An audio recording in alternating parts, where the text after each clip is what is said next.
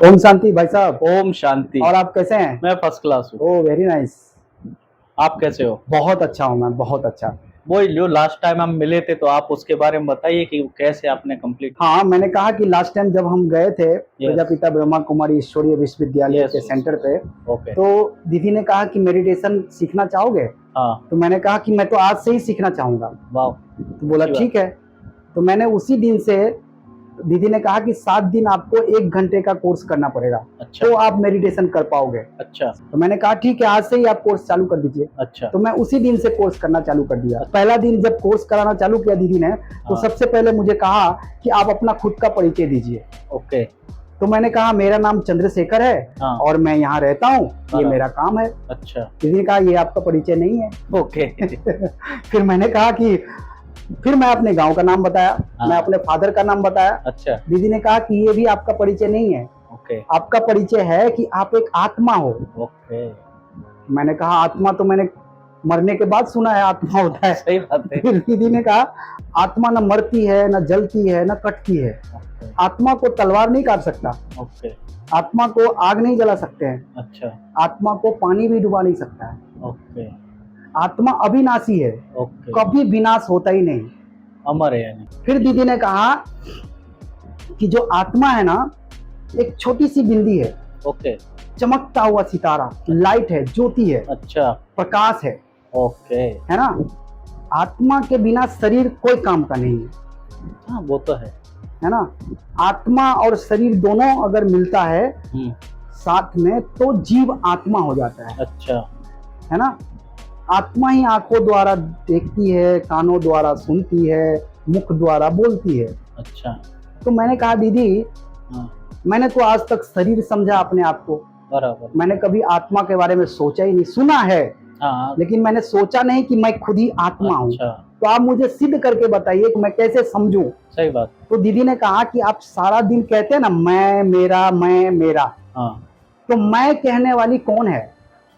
आत्मा है। अच्छा। जैसे कहते हैं मेरा शरीर, तो मैं कौन हो गया? आत्मा हो गया। शरीर का मालिक आत्मा। यानी कि शरीर का मालिक आत्मा है। आत्मा ही शरीर को चलाती है। जैसे एग्जांपल है कि ये मेरा कप है। बराबर। तो कप अलग है और मैं अलग। बराबर। तो ऐसे ही मैं कहने वाली आत्मा हूँ और ये मेरा शरीर है। जैसे शरीर और आत्मा अलग अलग है। तो जैसे कहते हैं मेरा सर दुख रहा है, तो मैं कौन हो गया? अलग हो गया कि आत्मा हो गया ना। अलग हो गया। आत्मा ही इस शरीर को चलाने वाली है। ओके। तो जो आत्मा है जो शरीर में रहती कहाँ पे? आत्मा, अच्छा सवाल पूछा आपने। आत्मा शरीर के अंदर मस्तक के बीच में रहती है। अच्छा। जहाँ पे आप तिलक लगाते हो। अच्छा, यानी कि हम जहाँ तिलक लगाते हो वहाँ पे आत्मा रहती है, इसीलिए तिलक लगाया जाता है। जब मंदिर में जाते हो ना, आप चप्पल जूता बाहर निकाल के फिर जाते हो मंदिर में, है ना। उसका भी मीनिंग है। अच्छा। क्योंकि जब मंदिर में जाते हैं ना, तो क्या होता है कि मंदिर में जैसे कहते हैं ना कि शरीर को अलग कर दो और आत्मा समझ के जाओ। फिर तिलक लगाते हैं यहाँ पे पंडित जी। तो कहते हैं मंदिर में देवता कि आप एक आत्मा हो। आत्मा समझ के अगर देवता को देखोगे तो पावर मिलेगी, शक्ति मिलेगी। इसका मीनिंग है ये कि मैं एक आत्मा हूँ, इसीलिए तिलक यहाँ लगाया जाता है। अच्छा, इसलिए तिलक लगाते हैं। हाँ, आत्मा को इस आंखों से नहीं देख सकते आप। अच्छा। उसको हम फील कर सकते हैं। राइट। मन की आंखों से देख सकते हैं। अच्छा। तीसरा नेत्र से देख सकते हैं। ओके। है ना। आत्मा को ऐसे देख ही नहीं सकते। शरीर जो है ना 5 तत्वों से बना हुआ है। अच्छा। 5 तत्व समझते हैं? बताइए। जल, वायु, अग्नि, आकाश, ये धरती। ओके। इससे ये शरीर बना हुआ है। यानी कि 5 तत्वों से हमारा शरीर बना। हाँ, ये शरीर विनाशी है। अच्छा। जब ये शरीर पुराना हो जाता है ना, चलने लायक नहीं रहेगा, तो क्या करेंगे? नया शरीर ले लेंगे। बराबर। मैं तो आत्मा हूँ ना, मैं तो कभी मरता ही नहीं, हम तो लाइट हूँ, ज्योति हूँ। यानी कि आपका बोलने का मतलब है कि शरीर मरता है, आत्मा नहीं। हाँ, जैसे एक कार है। बराबर। कार के अंदर सारा पार्ट पुर्जा रहेगा। बराबर है ना। सब पार्ट पुर्जा अलग अलग कार्य करते हैं कार में। बराबर। लेकिन जब तक उसको ड्राइवर चलाएगा नहीं, कार चलेगा ही नहीं। हाँ वो तो है यार, गाड़ी में ड्राइवर कोई काम का ही नहीं है, गाड़ी ऐसे ऐसे खराब हो जाएगा। बराबर। ऐसे ही शरीर को चलाने वाली आत्मा है, ड्राइवर। ओके। कहते हैं ना जब शरीर छोड़ देता है तो क्या कहते हैं? रथी जा रहा है। ओके। रथी जा रहा है तो मतलब सारथी निकल गया है। सही बात। शरीर मतलब आत्मा निकल गया है। ओके। तो इसीलिए रथी जा रहे हैं, सारथी निकल के बाहर दूसरे शरीर में चले गए, है ना।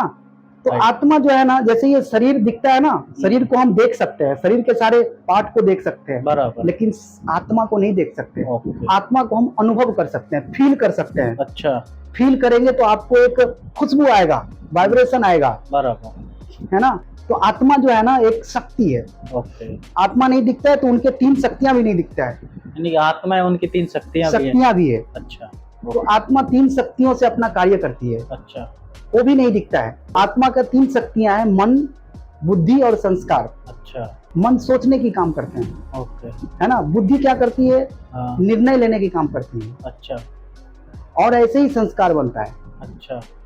जैसे आप कर्म करेंगे ऐसे ही आपका संस्कार होगा। अच्छा, यानी कि हम जो कर्म कर रहे हो हमारा संस्कार बनता है। संस्कार बनता है। अच्छा। आत्मा का जो गुण है ना, क्वालिटी है ना, आत्मा शांत स्वरूप है। अच्छा।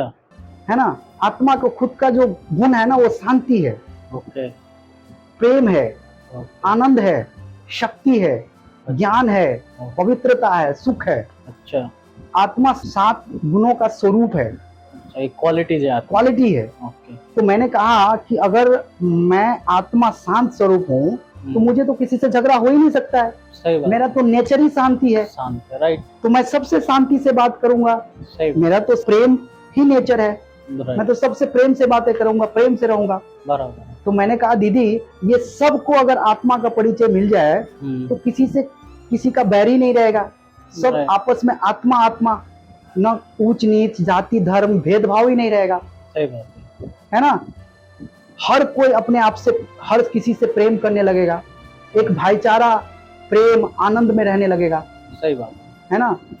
किसी को किसी से दुख नहीं होगा। राइट। फिर दीदी ने कहा कि जैसे ये शरीर के लिए हम भोजन करते हैं ना तो हमें एनर्जी मिलता है, ऐसे आत्मा को भी एनर्जी की जरूरत होती है। ओके। आत्मा को पॉजिटिव विचार की एनर्जी चाहिए।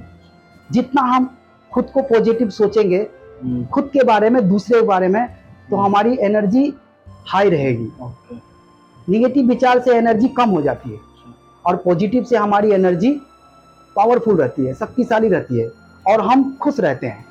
तो आपका बोलने का मतलब ये है कि आत्मा के जो भोजन है वो शुद्ध विचार है। शुद्ध विचार है। ओके।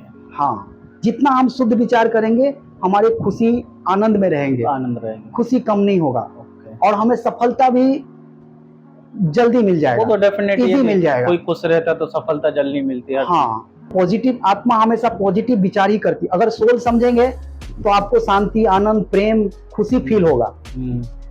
है ना। जैसे शरीर समझने लगते हैं आपस में बैर, ईर्ष्या, द्वेष, क्रोध, ये भावना आने लगता है। पहला दिन दीदी ने मुझे खुद के बारे में बताया कि आप एक आत्मा हो, और मैं तब से आत्मा आत्मा फील करने लगा और मुझे तो खुशी का ठिकाना नहीं। अच्छी बात है। बहुत मजा आ रहा था कि मैं एक आत्मा हूँ और इतने दिन से मैं शरीर समझता था।